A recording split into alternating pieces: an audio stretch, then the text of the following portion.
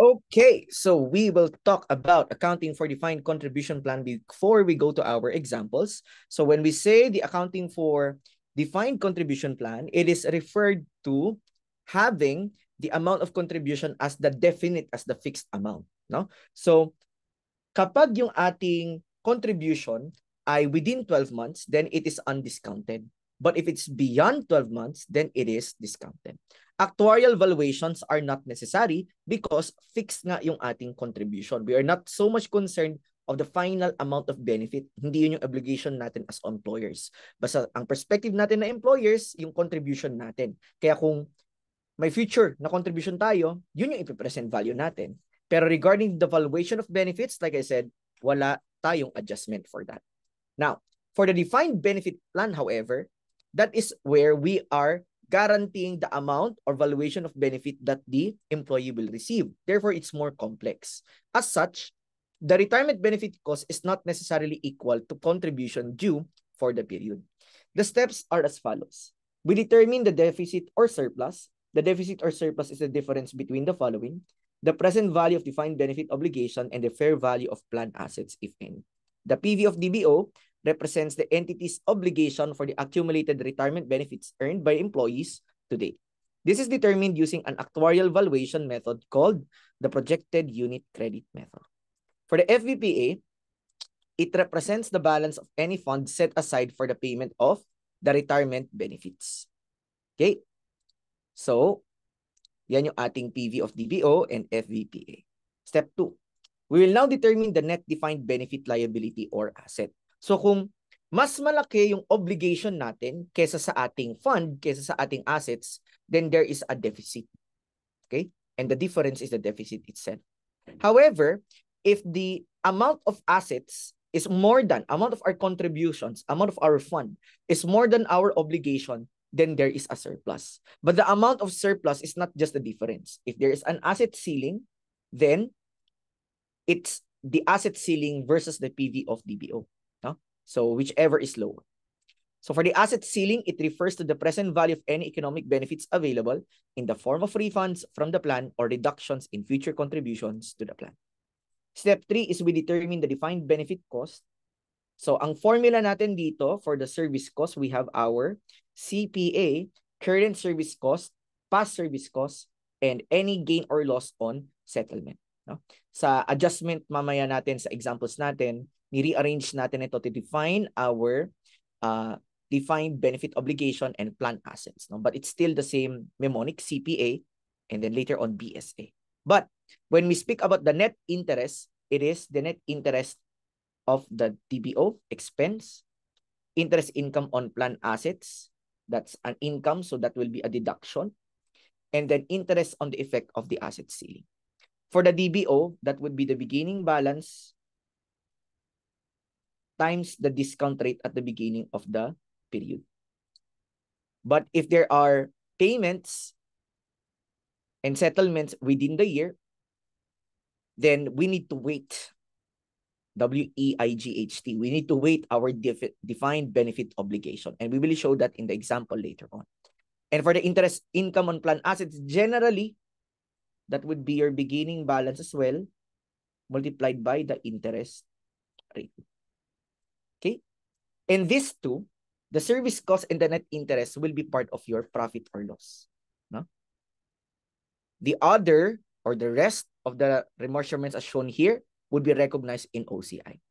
It refers to our actuarial gains and losses, the difference between interest income on plan assets and return on plan assets, and the difference between interest on the effect of the asset ceiling and the change in the effect of the asset ceiling. Now, dito, yung ating interest income is as if our expected return.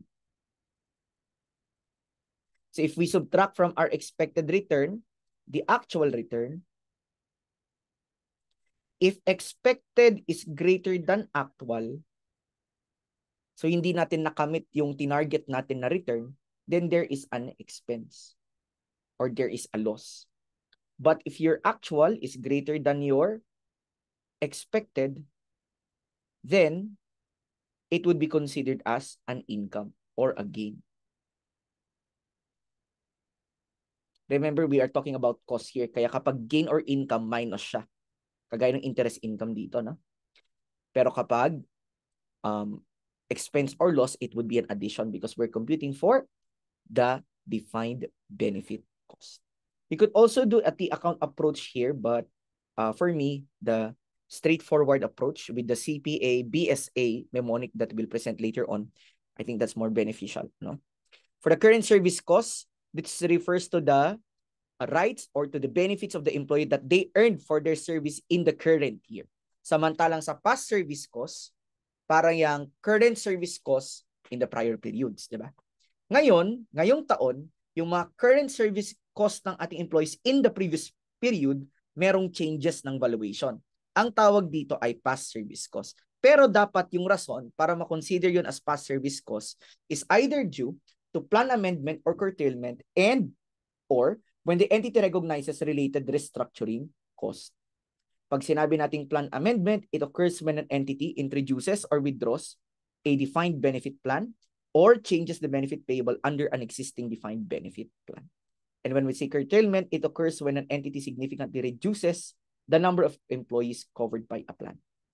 So for the gain or loss on settlement, it arises when the employer's obligation to provide benefits is eliminated, other than from payment of benefits according to the terms of the plan. So the gain or loss is recognized when the settlement occurs. The gain or loss on a settlement is the difference between the PV of DBO and the settlement price. So later on, we'll illustrate that. No? So if the DBO is greater than the settlement price, kumbaga yung obligation natin ay 120, binayaran lang natin ng 100, yung 20, gain yan. Okay? And the net interest on the net defined benefit liability is yung tatlo dito, pag pinagbangga-bangga. Interest expense ng DBO, interest income ng plan assets, at interest dun sa effect ng asset ceiling. For the remeasurements of the net defined benefit liability or asset, we have our actuarial gains and losses. Usually, binibigay lang yan straightforward. Hindi na natin yan kino-compute manually because that will be at a different course already. Then for return on plan assets, that would be the investment income earned by the plan assets. Yung actual return, given yan, yung ating expected return or interest income, like I said, that would be our beginning plan assets multiplied by the discount rate at the beginning of the year. For the effect of asset ceiling, so it is the amount of excess of surplus of plan assets over the amount of asset ceiling. So may limit yung ating asset. So if our plan assets exceed that, ang tawag doon ay effect of asset ceiling. Changes in amounts is recognized in OCI. And then the amount to be recognized in OCI is reduced by the amount of interest. Okay? Ayan, recorded in profit or loss. And the interest is computed at a discount rate applied to the beginning amount. Ayan. So, kung merong increase ng effect of asset ceiling, there is a remeasurement loss. So there would be an interest expense.